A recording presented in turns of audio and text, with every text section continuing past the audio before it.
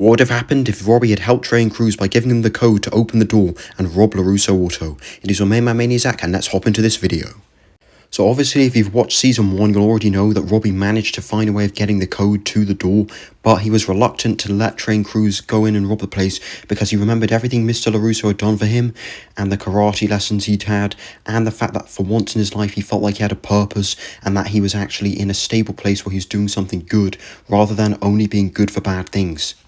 But in this scenario, out of fear for what Trey and Cruz might do to him for not cooperating, or just for thinking that Daniel wasn't going to continue being a great teacher and was just using him for an ulterior motive like to drive up profit margins, or that he wasn't genuine, Robby this time decides that he will give them the code and decides that he's going to stick by these people because they've always been loyal to him for this amount of time, and therefore it's worth doing something for them in return. Trey and Cruz then managed to get their hands on some nice things, such as rims and stereos and things made out of chrome and stuff like that.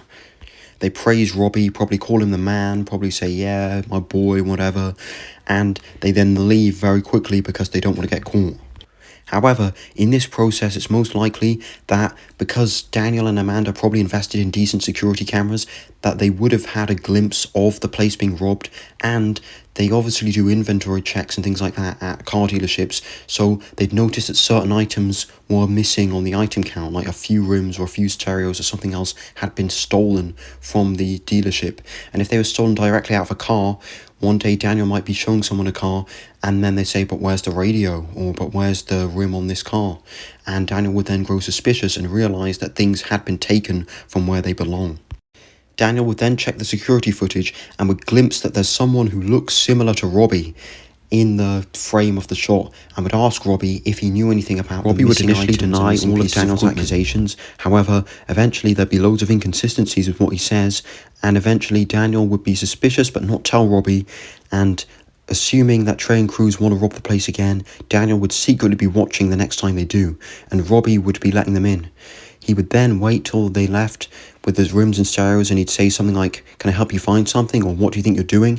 Trey and Cruz would then flee because they're afraid of getting caught, and he would then speak to Robby and shout at him the same way he did when he found out that Johnny was Robby's father. And when he said, is this all just a con or whatever? I might play the clip of it here. Oh, is this all just a con? You got that? Ever again? Amanda would probably advise Daniel to go to the police about this, and Daniel would be very reluctant because he said that Robby's a good kid, he just had a rough go of it. However, eventually, he'd feel like he has no choice because he wants to stop this from happening, and he calls the police. Robby would then be sent to juvie even earlier than season 3. This means that Robby would not continue to improve and get better at karate, but at least that means that Miguel would have an easier time winning the All Valley Championship. So now I'm just going to summarise what would probably happen until the end of season 1, kind of going into season 2, if Robby had helped Trey and Cruz. So it's very likely that Robby would end up in juvie, and therefore he'd miss the All Valley tournament. He wouldn't become as developed and as great of a karate fighter as he does become in later seasons, and he might even see a young Sean depending on when Sean actually got sent to juvie. In turn, Robby would never meet Sam, which means Miguel would never grow suspicious of Sam having another boyfriend or seeing somebody else, and he would have never spotted them at that dinner laughing and talking to each other. This means that Sam and Robby would have never got together in season 2, and Sam and Miguel probably would have never broken up in season 1, meaning that the future relationship with Tori would probably never happen. In addition to this, rather than Sam saying my dad was right about Cobra Kai and getting back into karate because she saw Miguel in the tournament being possessed by the no mercy and negative ideologies of the dojo, Sam would probably get back into karate because she tried to convince her dad that Cobra Kai isn't that bad in an effort to stay with Miguel. Therefore, the whole focus of season 2, maybe late season 1, will completely change. I believe there'd be more of a Romeo and Juliet type argument with Sam and Miguel as a couple who then try to get along well and try to convince Johnny and Daniel that they should get along well with each other and stop this ongoing feud between them, and that they could become great senseis together. And then that means that if Daniel decided to help out with Cobra Kai, if they managed to get Daniel and Johnny to make up, they would actually continue running the dojo as Cobra Kai, but they would vow to make it a better dojo than it ever was when it was ruled by Cruz and influenced by Silver. As for Robby, he'd probably still be in juvie, and it'd be up to the writers whether they decide to develop the character or completely kill him off and just have him mentioned every so often. But Johnny would probably try to visit him once or twice and try to improve the relationship between himself and his son, just like he did in season 2 and season 3, but failed miserably. and that's probably where it would sort of end at season 1. There'd be no school fight in season 2.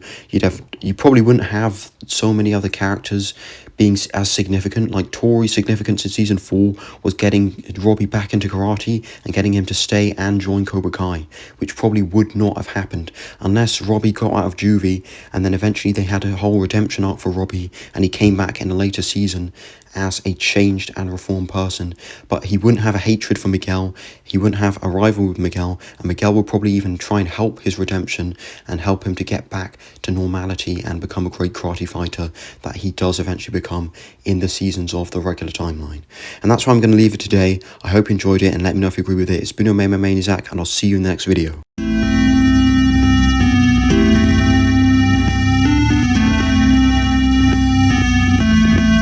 She thinks I'm ugly, she thinks I look like Dudley.